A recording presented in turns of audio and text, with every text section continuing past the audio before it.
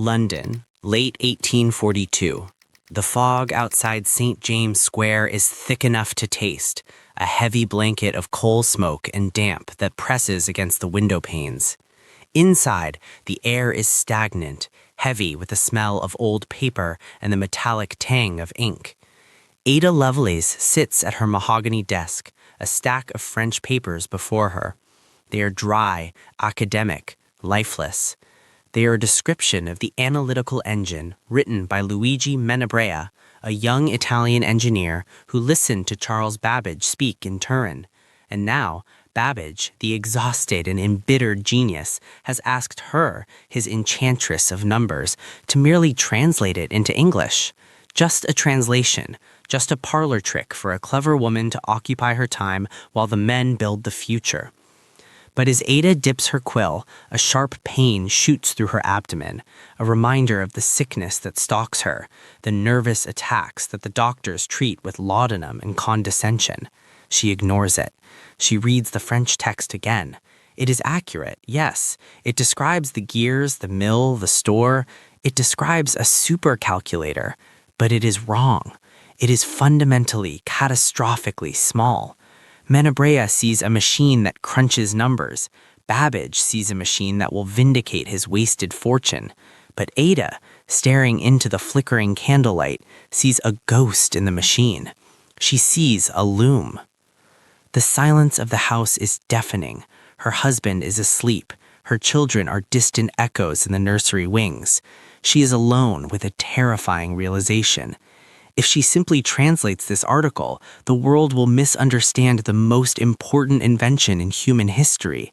They will think it is just a faster abacus.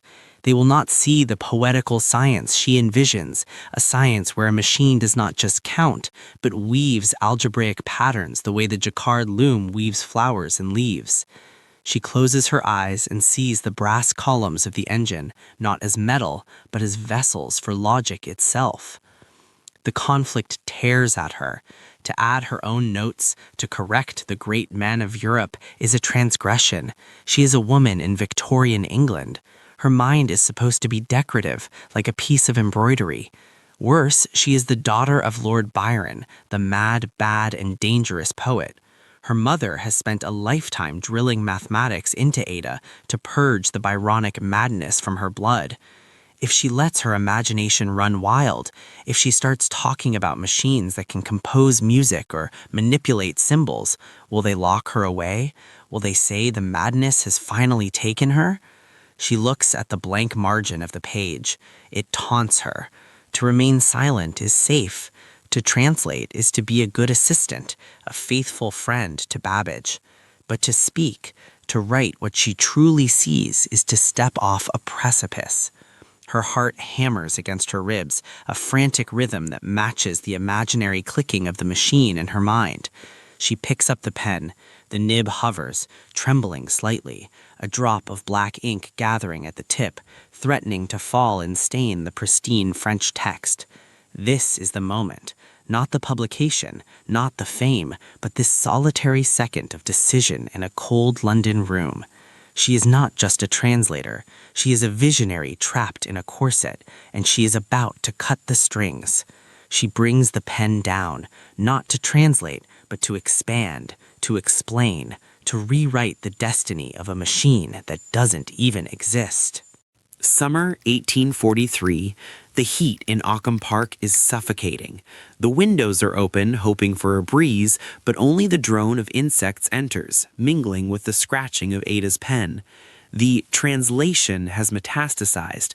It is now 3 times the length of the original article. She is no longer translating, she is birthing a new science. But the labor is agonizing, and the father of the machine is becoming a problem. Charles Babbage is manic, furious with the British government for cutting his funding. He storms into her correspondence, demanding she insert a preface, a vitriolic attack on his critics, a political manifesto disguised as science. Ada reads his demands, and her hands shake with rage. He wants to use her work, her beautiful, crystal-clear explanation of the engine, as a bludgeon for his petty grievances. He is willing to sabotage the legacy of his own invention for a moment of spite. The tension snaps. She is sick. She is exhausted. Her vision blurs from hours of focusing on microscopic calculations, but she possesses a clarity he has lost. She writes back, her tone steely, stripping away the deference of the Victorian lady. She refuses. She threatens to withdraw the entire manuscript if he touches a single line of her notes. I am the best judge of my own offspring, she implies. It is a rebellion. She is seizing the helm from the captain because she realizes he is steering them into the rocks. With Babbage momentarily silenced by her ferocity, she turns to the final, most impossible task. Note G. She intends to demonstrate the machine's power by solving for Bernoulli numbers. It is a mathematical nightmare of complexity. No machine has ever been asked to do something this intricate. There is no physical model to test it on. The analytical engine is a heap of drawings and incomplete prototypes. She has to simulate the machine in her mind. She has to become the computer. Night after night, the candles burn down to nubs. She builds a table of variables. She creates the concept of a loop, a set of instructions that repeats, turning back on itself like a snake eating its tail. Operation 1, Operation 2. If result is X, return to Operation 1. It is the heartbeat of software. She traces the logic step by step, column by column. The paper is a mess of ink and corrections, but the logic is crystalline. She is weaving a net to catch a truth that hasn't been discovered yet.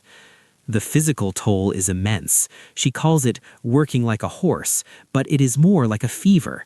She can feel the numbers moving through her, the abstract symbols taking on weight and form. She is looking at a sequence of operations and realizing that this isn't just math, it is language. It is a set of commands that can compel a machine to act. In the silence of 4 a.m., with the first gray light touching the Surrey hills, she writes the final line of the table. She puts down the pen. Her fingers are stained with ink, cramping and stiff. She breathes in the cool morning air, shivering. She doesn't know the word algorithm. She doesn't know the word software. But she looks at the table in Note G and knows with a terrifying certainty that she has just captured lightning in a bottle. She has written the score for a symphony that no orchestra is yet ready to play. The paper is published in Scientific Memoirs in August 1843. It is signed simply A.A.L., Augusta Ada Lovelace. The mask of initials is necessary. A scientific paper by a woman would be dismissed before the first sentence was read. She waits. Babbage waits. They expect the world to wake up. They expect the government to see the brilliance of the logic, the undeniable power of the loops and cycles she has described, and pour money into the construction of the engine. But the world does not wake up. It blinks, confused, and turns the page. The prose is too dense, the vision too far ahead of its time. The silence that follows is heavier than the fog of London. It is the silence of a future denied. The engine is never built. The brass gears remain sketches. Ada's life, having touched the sublime, begins to unravel. She tries to apply her mathematical genius to gambling, convinced she can calculate the odds of horse races. She loses thousands. She falls into debt, pawning the family diamonds, terrorized by blackmailers. The cancer comes for her, uterine cancer, slow and agonizing. She dies in 1852, at the age of 36, the exact same age as her father. She is buried next to him, terrified that her life was a failure, that her brain of something more than mortal substance was just a delusion. Note G is filed away in dusty libraries, a curiosity, a footnote in the biography of a quirky inventor. The darkness lasts for a century. Wars are fought with bayonets, and then with tanks. Empires fall. The world changes. And then, in the fallout of a second global war, a young mathematician named Alan Turing is looking for a way to break codes, to build a universal machine. He digs through the archives, he finds the memoirs, he blows the dust off the work of AAL, and he freezes. He reads Note G. He sees the loops. He sees the separation of data and processing. He sees the prophecy. He realizes that the woman by the candlelight in 1843 had already been there. She had walked on the moon while everyone else was still looking at their feet. The vindication is absolute. The computer you're using right now, the device in your pocket, the server hosting this video, the code rendering these pixels, operates on the fundamental logic she laid out that summer. The loop she struggled to write is the structure of modern reality. Ada Lovelace did not fail. She was simply a time traveler who arrived too early, bearing a gift that humanity wasn't ready to open. But today, every time you tap a screen, every time a line of code executes, you are answering the letter she wrote into the void. The machine was eventually built, not of brass and steam, but of silicon and light, and it sings the song she composed.